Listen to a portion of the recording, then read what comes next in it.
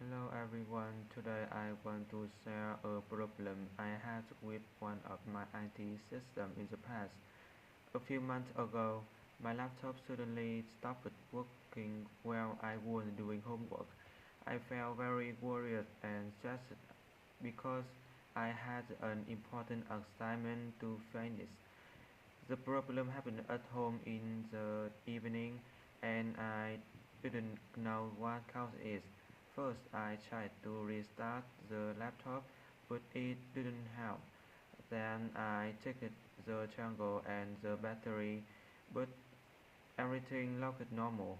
Finally, I asked a technician at a nearby shop repair to check it. He fixed the issue by cleaning the hardware and updating the system.